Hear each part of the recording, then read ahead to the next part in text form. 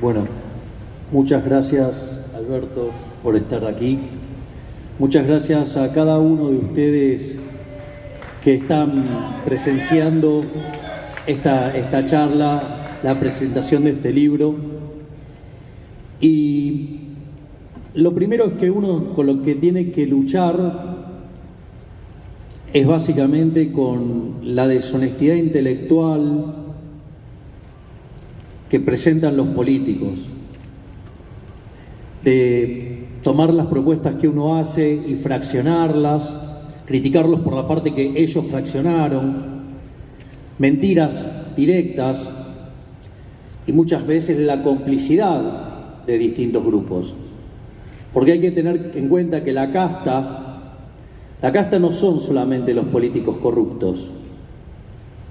La casta también son los empresarios prebendarios, es decir, los empresarios, también son los sindicalistas tranza, son los micrófonos ensobrados, ¿sí?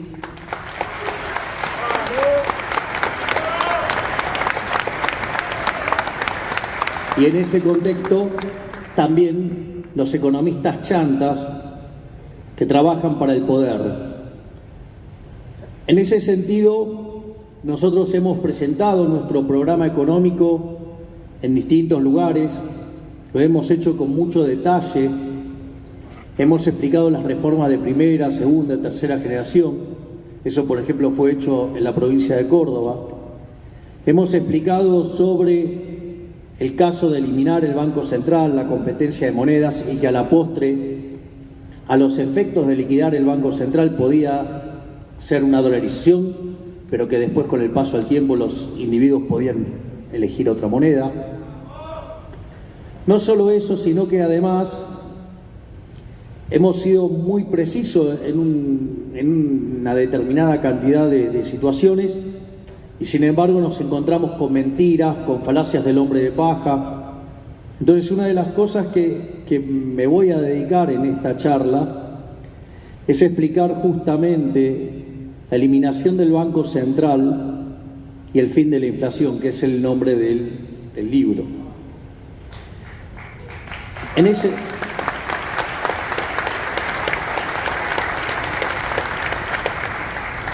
ese sentido, básicamente lo primero que tendríamos que hacer es a la Friedman, ¿no? Primero los datos. Y si nosotros tomamos el periodo de la caja de conversión,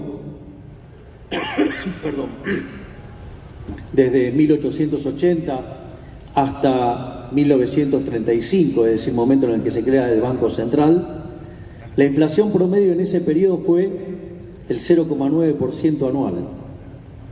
Después, cuando creamos el Banco Central mixto, en los 10 primeros años la inflación promedio trepó al 6% anual. Después, en 1946, lo nacionalizamos y la inflación promedio anual hasta el año 1991, momento en el cual ocurre básicamente el repudio de la moneda tras dos hiperinflaciones, la inflación promedio fue del 250% anual. Tuvimos dos hiperinflaciones sin guerra, destrozamos 5 signos monetarios, le quitamos 13 ceros a la moneda. Es decir, que ya venimos de aplicar esa receta de quitarle ceros a la moneda y no funcionó. Pero al margen de eso, cuando se produce el repudio total de la moneda y vamos a la convertibilidad, ahí básicamente la inflación promedio durante la convertibilidad fue de 9% y se concentró básicamente en el primer año y medio, o sea, desde abril del año 91 hasta enero de 1993, momento en el cual Argentina pasa a ser el país con menos inflación del mundo.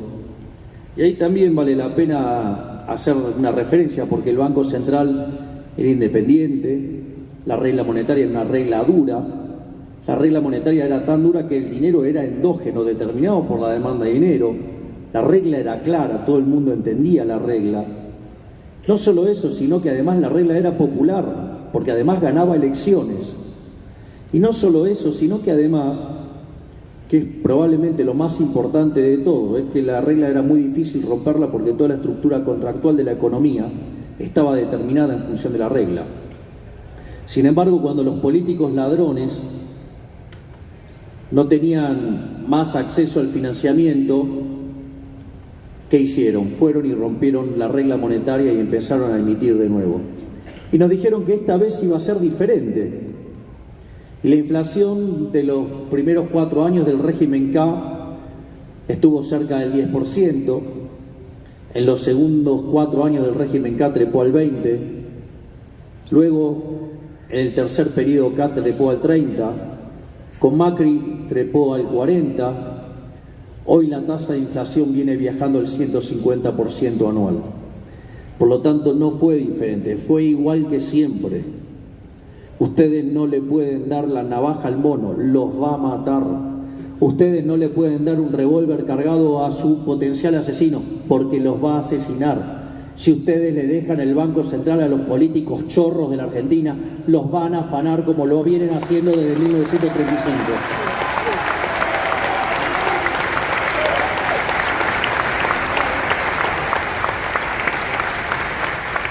Por lo tanto, frente a esta historia de robo, saqueo, violencia, desde el Estado hacia los argentinos de bien, la pregunta no es ¿por qué el dólar? La pregunta no es ¿por qué eliminar el Banco Central? La pregunta es ¿por qué queremos tener esa maldita moneda llamado peso argentino que nos vive arruinando a todos los argentinos de bien?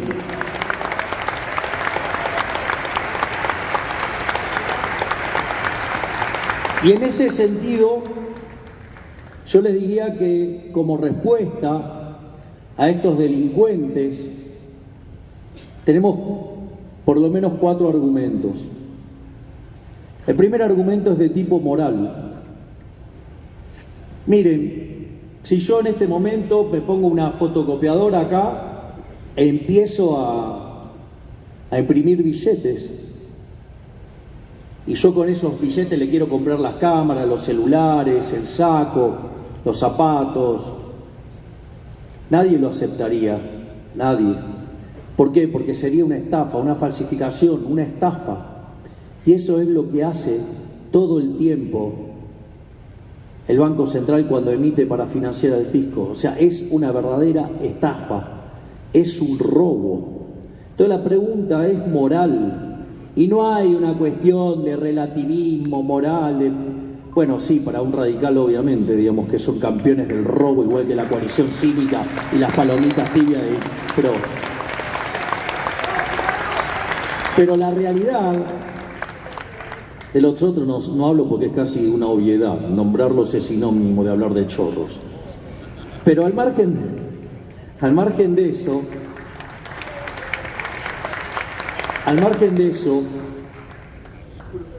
por lo tanto, el primer argumento es moral, robar está mal. Sí, tienen que entender que robar está mal. Y el Banco Central es un mecanismo por el cual los políticos le roban a los argentinos de bien. Después hay argumentos de índole técnico. El primer argumento de índole técnico debería ser bastante obvio para un economista, por más precámbrico, rudimentario, tosco, torpe, burro que sea, con perdón de los asnos. La realidad es que si un bien no tiene demanda, su precio es 0. Y si no fuera por el curso forzoso, es decir, que a punta de pistola nos obligan a tener esos papelitos emitidos por el Banco Central, nadie los querría tener. Por lo tanto, la demanda real de pesos es 0. Por ende, los saldos reales deberían ser 0, es decir, la cantidad de dinero dividido el nivel de precios. Y dada la cantidad de dinero, la única forma que eso se hace 0 es con los precios tendiendo a infinito. Es decir, que este repudio sistemático de la moneda, lo único que va a hacer es hacer que vivamos con inflación, con la distorsión de precios relativos que eso genera, con los ciclos de boom and bust, con los problemas de la asignación de recursos y todos los daños que causa la economía y la acumulación de capital. Por lo tanto, digamos, se hace una quimera seguir intentando tratar de imponer un producto que nadie quiere. El segundo problema de índole técnica es: los políticos viven quejándose de los monopolios, despotricando sobre los monopolios. La verdad es que los únicos monopolios que son malos son los monopolios legales, es decir, los monopolios impuestos por la fuerza, por el mecanismo violento del Estado. Justamente el monopolio del Banco Central es un monopolio legal, o sea, con lo cual tiene todos los elementos de un monopolio. Por lo tanto, si siempre viven hablando de lo malo que son los monopolios, ¿por qué entonces no terminar con ese monopolio y exponerlos a la competencia? Pero claro, imagínense, ¿qué pasaría con la demanda de pesos? Se desplomaría, no tendrían nuevamente ese mecanismo para robarnos. Otro argumento más es, en un contexto de equilibrio general intertemporal, plantear el problema de la fatal arrogancia. O sea, supongamos que quisiéramos determinar la tasa de interés de equilibrio. Bueno, ustedes pueden hacer el ejercicio de programación dinámica o pueden hacer uno de optimización dinámica por distintos métodos. Pueden hacerlo con, el principio del máximo de Pontryagin, lo pueden hacer con el método de Chow para hacerlo vía lagrangiano. O sea, tienen un montón de formas, pero todos tienen un resultado parecido, y es que, miren, la tasa de interés real no tiene que ver con la existencia de dinero.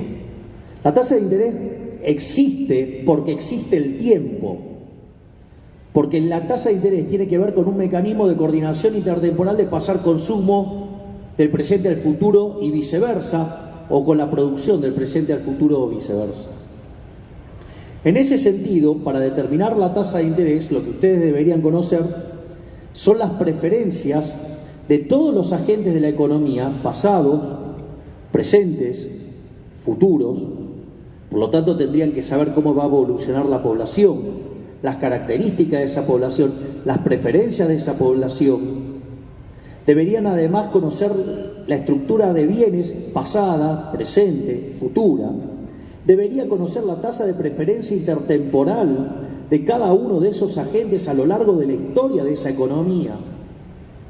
Deberían conocer las dotaciones de la economía, lo cual parece una tontería, pero en realidad fíjense que cosas que hoy utilizamos para producir hace 200 años quizás no sabíamos que servía para semejantes cosas. O tenemos que conocer la estructura de producción en una estructura de capital heterogénea, con lo cual implica saber la productividad marginal del capital de cada uno de estos bienes, y además tenemos que conocer el progreso tecnológico.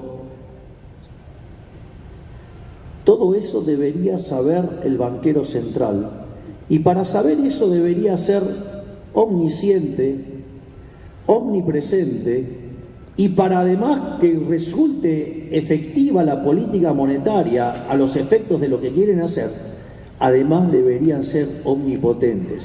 Es decir, que esta gente se jacta de ser Dios, y si algo le venimos a decir en la cara: políticos basura, ustedes no son Dios.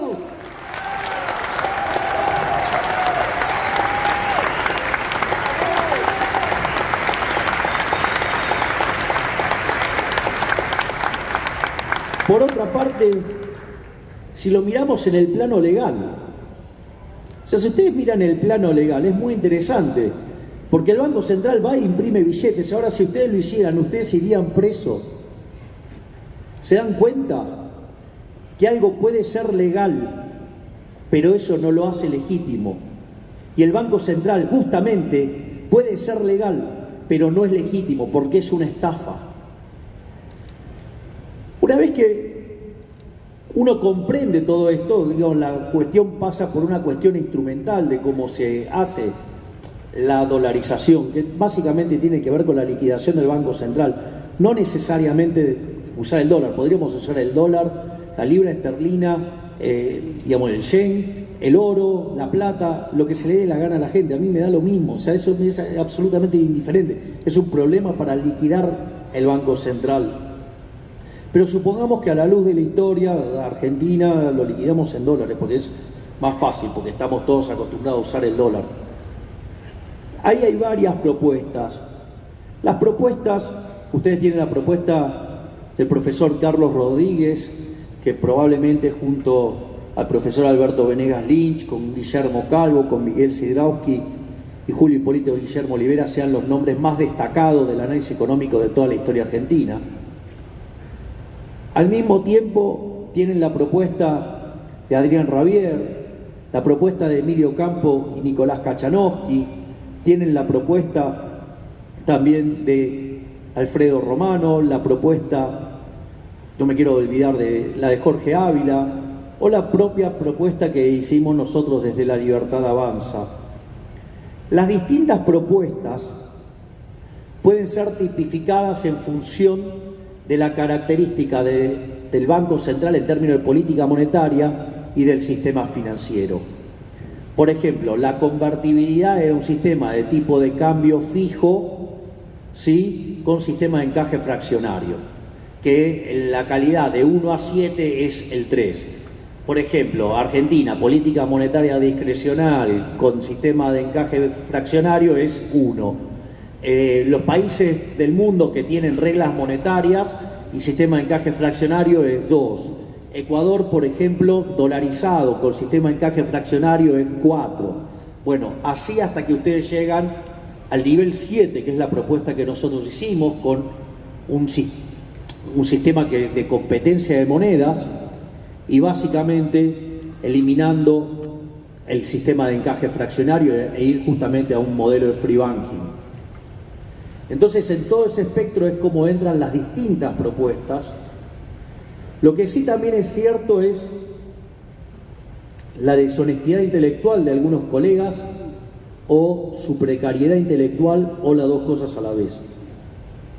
Por ejemplo, yo recuerdo, ustedes hoy tienen entre base monetaria y pasivos remunerados del Banco Central el equivalente al tipo de cambio oficial, el equivalente a 35.000 millones de dólares. Es decir, que liquidar el Banco Central implica 35.000 millones de dólares. Entonces, por ejemplo, apareció uno muy deshonesto intelectualmente haciendo la cuenta del tipo de cambio oficial. Vamos, eso no es precio. No seamos payasos, digamos, se supone que estamos hablando entre economistas. Precio es a lo que hay. Hay una anécdota muy divertida en un libro de Juan Carlos de Pablo que dice que va una persona a comprar un jarrón y entonces le dice, ¿cuánto está ese jarrón? Le dice, bueno, este jarrón está 100.000. Dice, pero ¿cómo 100.000? Si enfrente está 20.000. Bueno, vaya, cómprelo enfrente. No queda más. Bueno, acá cuando no haya más también va a estar a 20.000. Es decir, precio es al que hay. Ustedes, o sea, al tipo de cambio oficial solamente compran los amigos del gobierno. O sea, precio es el que ustedes pueden transar, que es paralelo. Cuando ustedes hacen la cuenta, no son 70.000 millones de dólares, son 35.000 millones de dólares.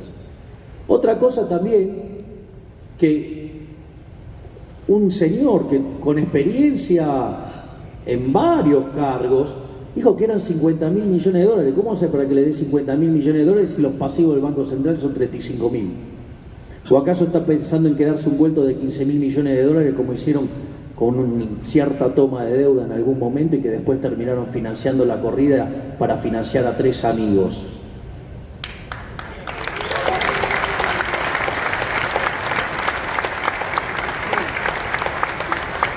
O, por ejemplo, decir que esto implica un plan Bonex, o sea, son todas mentiras.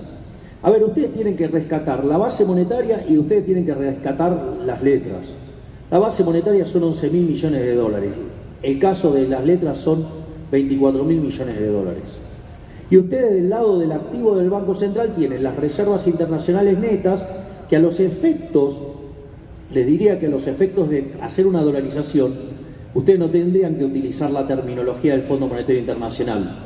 Tendrían que utilizar los activos que verdaderamente sirven para hacer estas cosas, y ahí tienen una posición de oro de 4.000 millones, tienen la posición de CEDESA, tienen la posición del BIS, tienen la posición, por ejemplo, de los DEX, todas cosas que ustedes sí podrían usar para dolarizar. Pero supongamos que lo hacemos redondo y en eso tenemos nada más que 5.000 millones de dólares. Son más, pero no importa.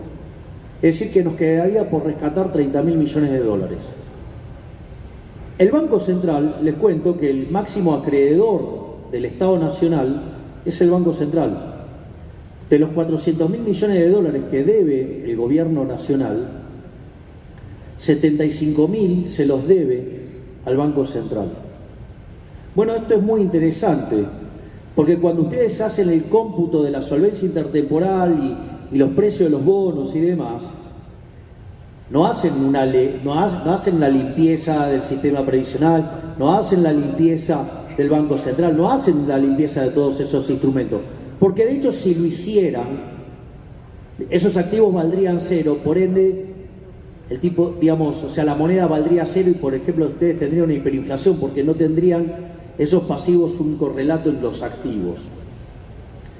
Entonces, para desenmascarar a otro delincuente que decía, no, cuando le dijimos que en realidad el tipo de cambio era el paralelo, dijo, no, bueno, pero entonces los que están en el activo no vale nada. No, lo que están en el activo vale. Esos 75.000 millones de dólares a los precios de mercado hoy equivaldrían a 25.000 millones de dólares. Es decir, que con 5.000 millones de dólares sería posible dolarizar. Pero no solo eso, hay algo más interesante. ¿A cuánto cotizaban los bonos de Sri Lanka en el momento que defoltea y que se da una crisis política donde la gente se metía en la casa de gobierno y todos los problemas que se dieron en ese momento? Es decir, cotizaban al 50%. Es decir, que si nosotros empezáramos a hacer un poquito, algo, como por ejemplo para parecernos a Sri Lanka, nuestros bonos cotizarían al 50%.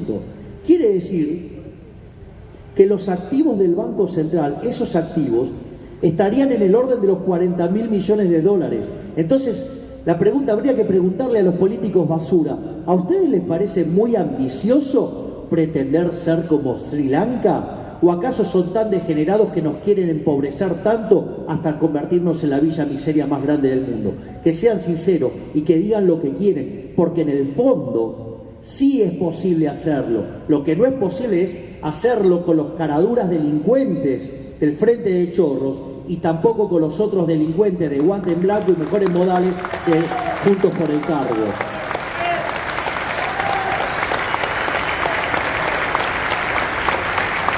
Entonces, si desde el punto de vista histórico, si desde el punto de vista moral, si desde el punto de vista técnico, si desde el punto de vista instrumental, todo es factible para terminar esta estafa, ¿por qué no terminamos con esto? No terminamos con esto por un problema de índole político.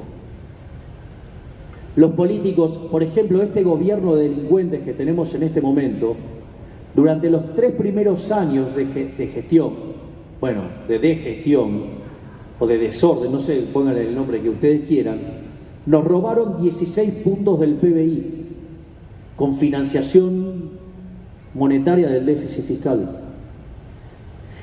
Más o menos 5.33 por año, pónganle 5 puntos y medio. Eso significa que los políticos nos están robando todos los años 30.000 millones de dólares. Ahí está el problema, muchachos. El problema es que esta manga de delincuentes de la casta política y todos sus socios de casta, ya sean los empresarios prebendarios que se benefician comprando un tipo de cambio ridículo, ¿sí? O los sindicalistas tranza, que antes hacían lío y ahora están calladitos, o los periodistas que están básicamente ensobrados, ¿sí? Y que operan en contra de todos ustedes. Y obviamente nunca podemos olvidarnos de los chantas que tienen credencial de economistas. En ese sentido, hasta me parece obsceno que un economista pseudo liberal, porque ahora ya ni le puedo decir liberal, un traidor, un verdadero traidor, días atrás reclamó por el hecho de que si nosotros dolarizábamos íbamos a perder el señoriaje. Es decir, el señoriaje, es decir, la que le roba los políticos ladrones a todos nosotros, a todos los argentinos de bien. ¿Qué liberal puede ser un tipo que aboga por el robo a los argentinos de bien, un delincuente, un traidor. Por eso se pasó a la fila de Juntos por el Cambio.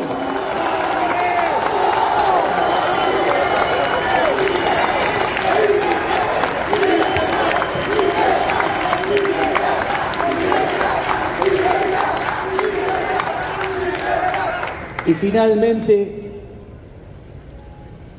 tendríamos que hablar de algunas críticas que se han hecho sobre este tema de la eliminación del Banco Central. La primera es, no me vengan con una falacia ad populum, todos los países tienen Banco Central.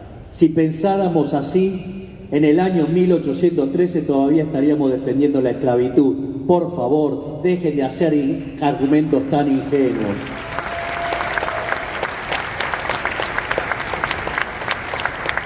El segundo argumento, también muy divertido, los países grandes tienen Banco Central, que es una suerte de falacia de la autoridad. O sea, es otra aberración. Es decir, la realidad es que los bancos centrales se distinguen entre malos, muy malos, espantosos y el Banco Central de la República Argentina.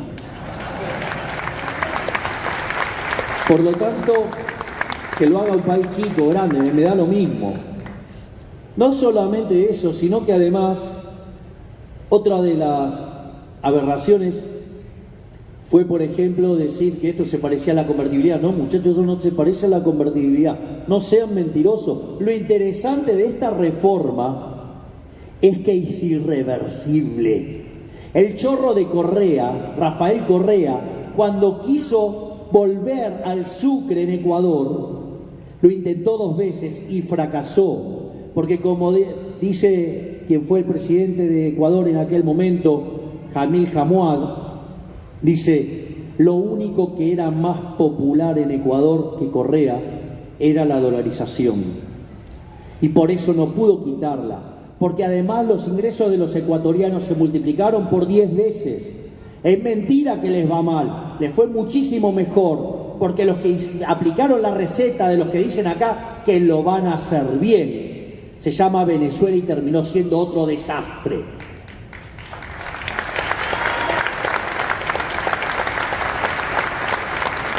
Y los problemas que tiene Ecuador no son por el problema monetario. Los problemas que tiene Ecuador derivan del desparpajo que es la política fiscal. Entonces algunos dicen no se puede dolarizar porque hay déficit fiscal. Yo creo que es una cargada, creo que es una agresión al intelecto humano. O sea, nosotros se supone que en economía tenemos que aprender algo que se llama el principio de clasificación efectiva de los instrumentos de mercado de Robert Mundell. Es decir, si la inflación es un fenómeno monetario, el problema tiene que ver con una solución de índole monetaria. Nosotros decimos el problema es que el Banco Central está en manos de unos delincuentes llamados políticos. O sea, el Banco Central no debería existir. El propio sector privado puede crear su propio dinero. Pero al margen de eso, o la moneda que quieran elegir, que a mí me da lo mismo, la moneda que eligió la humanidad fue el oro y la plata. O sea, entonces en ese sentido, una de las cosas que nosotros tenemos que tener en cuenta, por ejemplo, cuando dicen, no, bueno, pero no se puede hacer porque hay déficit fiscal. Entonces supongamos que yo llego a mi casa, supongamos que estuviera casado, un supuesto fuerte, ¿no? Estoy casado. Parece que ahora es un factor inhibitorio para ser presidente. No estoy casado. Me imagino que algunas de las muchachas que están en el público se van a ofrecer para, digamos, resolver esa problemática. Pero al margen de esa torpeza y de ese nivel de bajeza, a lo que voy es lo siguiente. Llego y cuando estoy con mi mujer me dice, che, no alcanza. Y no alcanza, ¿qué hacemos, viejo? Y bueno, ahí uno lo que dice, mirá, la verdad que más de lo que laburo no puedo laburar, más no puedo generar, no sé. Entonces, bueno, uno cuando se encuentra frente a esa situación, ¿qué hace? Baja el gasto. Bueno, acá parece que los economistas proponen irse de caño. Es decir, como hay déficit fiscal, tenemos que tener Banco Central para romperle la cabeza a todos ustedes con impuestos inflacionarios.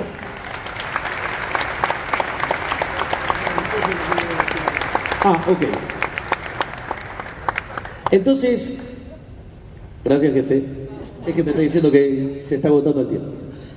Entonces, el otro argumento en contra, que también a mí me parece verdaderamente irritante, ponen cara de serio y dicen, no, lo que pasa es que si el país recibe un shock externo negativo, entonces eso pitea y tiene un impacto negativo sobre la demanda y eso genera una tendencia a la deflación, que si los precios no ajustan, entonces genera una recesión y eso genera desempleo. ¡Bullshit! Miren, una de las cosas que a mí me sorprende es que los economistas, la poca formación que tienen en finanzas, y esto es un caso típico de ignorancia de los economistas. Es más, hay algunos que pretenden decir que son los que más saben de moneda, por poco, en todo el universo, y tampoco saben de finanzas. Y en ese contexto, la pregunta es, si una empresa estuviera tan preocupada por el problema de que si los precios suben o bajan y lo que fuera, ¿acaso ustedes creen que una empresa y su director financiero no saben lo que es un futuro? ¿No saben lo que es una opción? ¿Ustedes creen que no saben qué es un derivado? ¿Por qué tenemos que importar? ¿Por qué tenemos que permitir que el límite mental de los políticos Neandertal y sus cómplices economistas chorros nos digan que no podemos hacerlo? ¿Por qué si yo estuviera en el sector petrolero no puedo hacer transacciones en WTI? Si yo estoy en el sector del gas, ¿por qué no los puedo hacer en BTU? ¿Por qué no puedo hacer el precio que se me da la gana y puedo tener todas las coberturas que se me dé la gana? ¿Quiénes son estos burros para venir a decir qué tenemos que hacer nosotros en cada una de nuestras empresas?